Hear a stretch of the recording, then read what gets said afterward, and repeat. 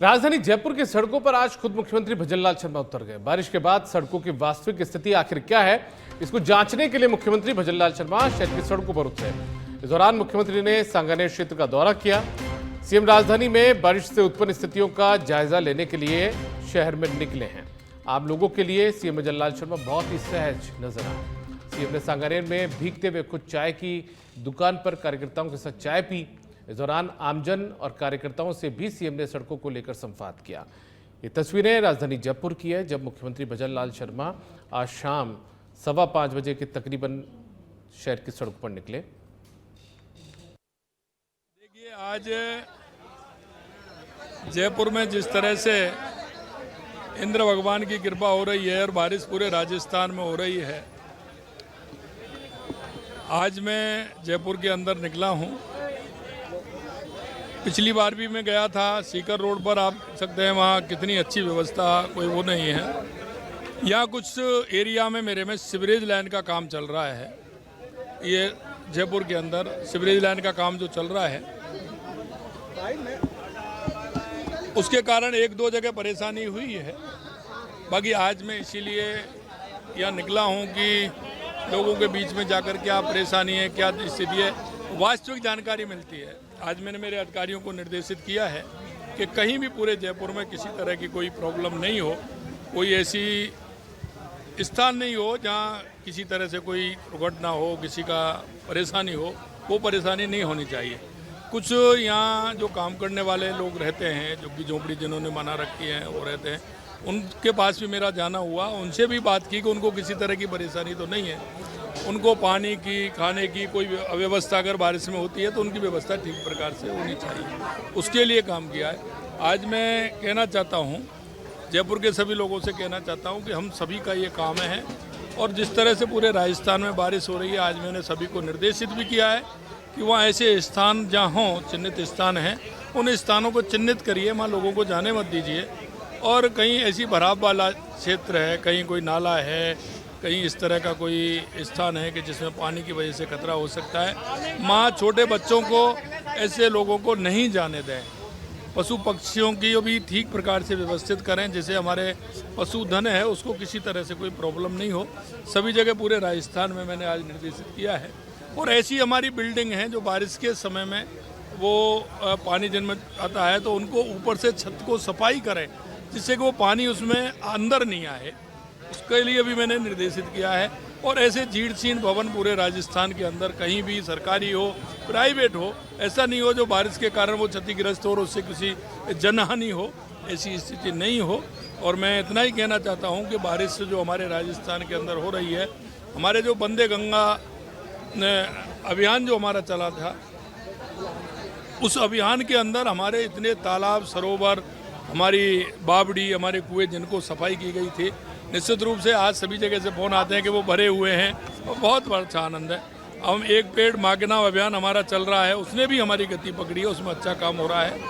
आपके माध्यम से मैं इतना ही कहना चाहता हूँ कि इस मौसम में हम सभी जन, सभी संस्थाएँ, सभी व्यक्ति उसमें लगें और राजस्थान के लिए जो अच्छे से अच्छा है, हमारी सरकार बिल्कुल पूरी तरह से कर रही है, उनका भी सहयोग मिलेगा तो अच्छा एक वातावरण बनेगा, अच्छा काम होगा, ऐसा मेरा कहना है। नहीं, सभी जनप्रतिनिधि हमारे लगातार जा रहे हैं और वो सभी जगह गए हैं। और आपने देखा होगा, हमारे एक तरफ हमारे जो जिलों के प्रभारी हैं वो सभी जगह जा रहे हैं, हमारे जो जिलों के प्रभारी, जो हमारे IAS अधिकारी, कलेक्टर लगे हुए हैं, जो जिले के प्रभारी, वो भी जा रहे हैं। और हमने सभी की छुट्टी भी निरस्त की है कि जिससे किसी भी प्रकार की गाँव से लेकर के कस्बे से लेकर शहर में कोई ऐसी जनहानि नहीं हो। और जहाँ पानी ज़्यादा है और नदियाँ चल रही हैं, नाले चल रहे हैं, वहाँ हमने कहा है कि हमारी पूरी टीम वहाँ लगी हुई है, पूरी टीम के साथ काम कर रहे हैं। और मुझे विश्वास है कि निश्चित रूप से राजस्थान के इस बारिश के मुँह पूरा अलर्ट है। कहीं भी कोई ऐसी घटना होगी तुरंत हमारी सरकार की टीम पहुँचेगी, स्वयंसेवी संस्था पहुँचेगी, पूरी तरह से काम करेगी। राष्ट्रीय स्वयंसेवक संघ के वरिष्ठ प्रचारक और पाथेकंड के संरक्षक माणिकचंद नहीं रहे हैं। उनके निधन पर मुख्यमंत्री भजनलाल शर्मा ने पाथेकंड भवन, मालवीय नगर, जयपुर में पहुंचकर उन्हें श्रद्धांजलि अर्पित की। मुख्यमंत्री ने माणिकचंद की पार्थिव देह पर पुष्प अर्पित किए और उनके चरणों में श्रद्धा सुमन समर्पित किए। इस मौके पर मुख्यमंत्री ने गहरा शोक व्यक्त करते हुए कहा कि माणिकचंद जी का जीवन समाज, राष्ट्र और संगठन को समर्पित रहा।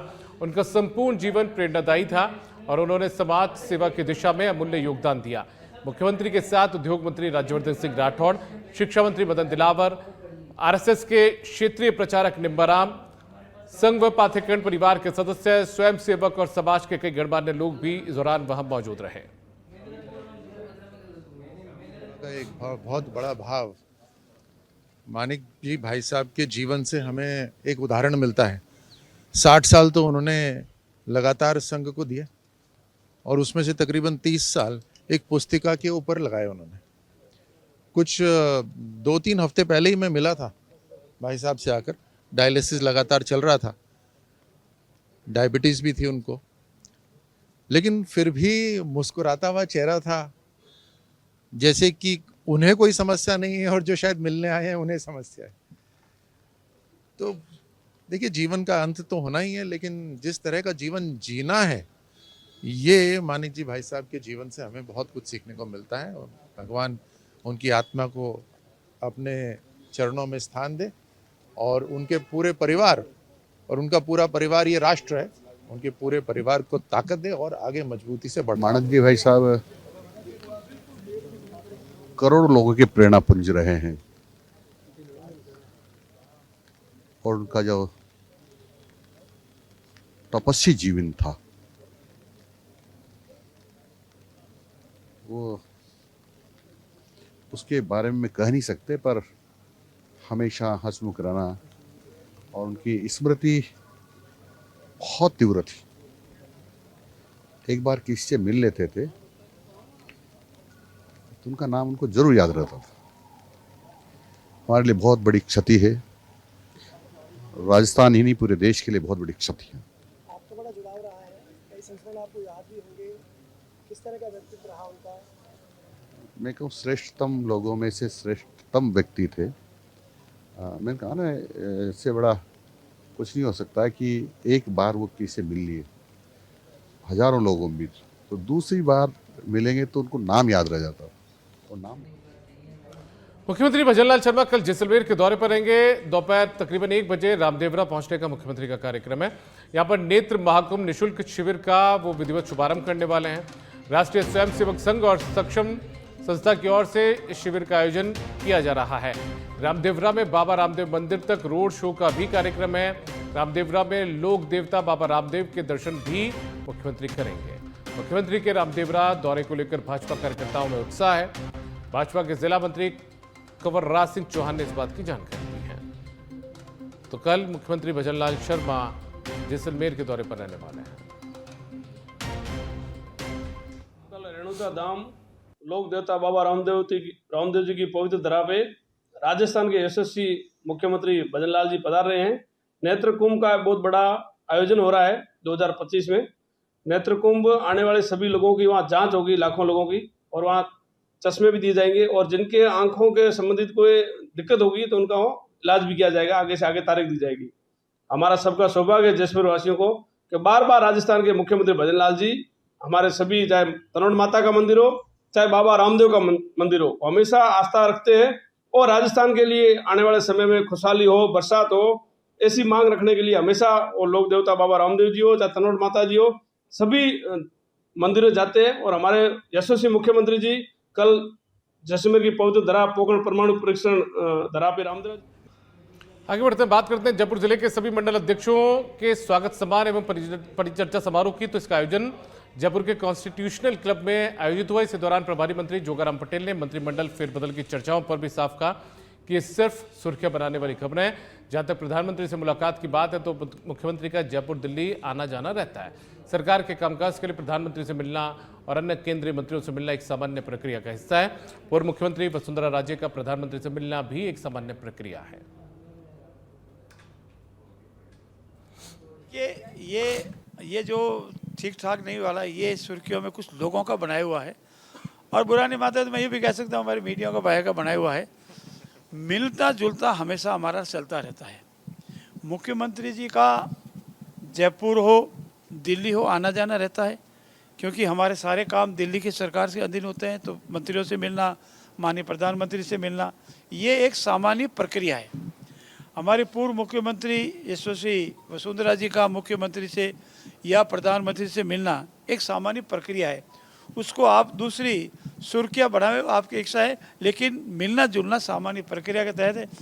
राजस्थान में चाहे संगठनात्मक दृष्टि से लें या राजनीतिक दृष्टि से लें, सरकार की दृष्टि से लें, बिल्कुल अप टू डेट एकदम सही चल रहा है और राजस्थान विकास की गति में बिल्कुल पूरी तरह से दौड़ लगा रहा है। और अमृत काल में राजस्थान प्रदेश विकसित और समृद्ध यशस्वी मुख्यमंत्री भजनलाल जी के एक पुल गिर गया, जहां पुल गिरने की इस घटना के बाद ग्रामीणों ने प्रशासन को जगाने के लिए और विरोध का अजब गजब तरीका निकालने के लिए बिना कोई शोर शराबे या प्रदर्शन किए, बिना ग्रामीणों ने ये एक नया अनोखा अंदाज यहां पर अपनाया है, जहां पर ग्रामीणों ने अलगोजे बजाकर और ढोल ताशे की थाप पर लोकगीत गाकर अपनी नाराजगी जाहिर की। इस दौरान पानी और बरसात में ग्रामीणों ने नाच गाकर अपना विरोध प्रदर्शन किया। इस प्रदर्शन में सैकड़ों लोग शामिल हुए। ग्रामीणों का इस तरह का विरोध प्रदर्शन करने का ये वीडियो सोशल मीडिया पर जमकर वायरल हो रहा है। दरअसल राजगढ़ काछोला से कटारिया खेड़ा उम्मीदपुरा गांव को जोड़ने वाले मार्ग पर हाल ही में पुल का निर्माण किया गया था और ये पुल बाद में टूट गया, जिसके बाद लोगों ने अनोखे ढंग से ये विरोध प्रदर्शन किया।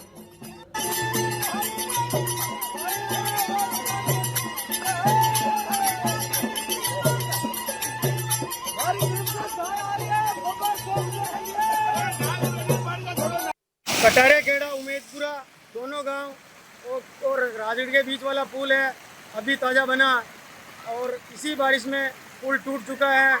काशा खेड़ा के बच्चे बच्ची उम्मीदपुरा स्कूल पढ़ने आते हैं, तो हल्की बारिश आने के बाद भी आना जाना बिल्कुल बंद हो जाता है। और जैसे डिलीवरी है, बीमार आदमी है, कटारे खेड़ा उम्मीदपुरा का काछोला जाने का मेन रास्ता यही है। यही रास्ता बिल्कुल टूट चुका है। पूरी जनता परेशान है। सरकार से निवेदन है कि इस पुल की जांच कराए, क्या कमी रही, इस कारण से पुल टूट चुका है। अब खबर जयपुर से है। शासन सचिवालय में मंत्री जोराराम कुमावत और झाबर सिंह खर्रा के नेतृत्व में एक बैठक हुई। डेयरी बूथ आवंटन पॉलिसी में अब संशोधन किया जाएगा, ये इस बैठक में फैसला लिया गया है। 5 सदस्यीय कमेटी का गठन भी हुआ है। 2500 डेयरी बूथ के आवंटन की प्रक्रिया जल्द पूरी करने के निर्देश दिए गए हैं। बूथ आवंटन नीति 2021 में संशोधन के लिए बैठक में सुझाव लिए गए। डेयरी बूथ के लिए उसी क्षेत्र के 5 किलोमीटर की परिधि के स्थानीय निवासी को प्राथमिकता देने का सुझाव भी इस बैठक में सामने आया।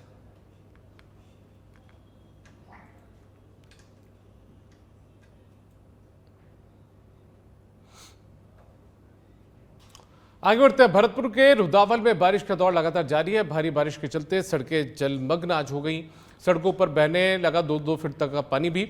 लोगों को इस दौरान खासी परेशानियों का सामना करना पड़ा। कस्बे के ड्रेनेज सिस्टम पर अब लोगों ने सवाल उठाए हैं। वैसे ही रुदावल कस्बे के आसपास के इलाके में बरसात का दौर जारी रहा है। तस्वीरों में आप देख सकते हो इतनी भयानक वर्षा हुई है, मूसलाधार वर्षा हुई है, जिसकी बदौलत जो रुदावल कस्बा है उसमें पूरी तरीका से लबालब पानी भर गया है। तस्वीरों में आप देख पा रहे होंगे, देखिए ये रुदावल कस्बे का मेन मार्केट है और ये भी जो मार्केट है इससे पीछे आप इधर भी देख पा रहे हो, दोनों जो गलियां हैं वो इस वक्त पानी से लबालब हो चुकी हैं और रुदावल कस्बा इस वक्त पानी की समस्या है उससे जूझता हुआ नजर आ रहा है। अब देखिए जिस तरह से जो पानी भरा है, करीब 1-2 फुट इस वक्त पानी है, पानी से बाहर निकल रहे हैं। पैदल जो लोग हैं वो भी निकल रहे हैं और वाहन वो भी यहाँ से लेके जा रहे हैं। तो हालात इस वक्त कहीं ना कहीं ये बयां कर रहे हैं कि जिस तरह से रुदावल कस्बे की हालत है वो कहीं ना कहीं यहाँ पर पानी भरा हुआ है और पानी की कोई निकासी की कोई व्यवस्था नहीं की गई है। अब देखने वाली बात ये होगी कि ये जिस तरह से बरसात का मौसम चल रहा है और पानी यहाँ पर लगातार बढ़ता है, इस पर प्रशासन शासन किस तरह से कार्रवाई करता है। कैमरामैन अनिल सकरवार के साथ हेम सिंह कुशवाहा, सच वेदड़क, रुदावल। सवाई माधोपुर में मूसलाधार बारिश के चलते बाढ़ के हालात पैदा हो गए। घरों में पानी भर गया, रेल की पटरियां पानी में डूब गई, नदी नाले उफान पर हैं। जिले से गुजरने वाली चंबल नदी खतरे के निशान से ऊपर बहने लगी है। तो वहीं जिला मुख्यालय से करीब 12 किलोमीटर दूर बोदल में नेशनल हाईवे 552 पर स्थित ओघड़ पुलिया तेज बारिश से टूट गई।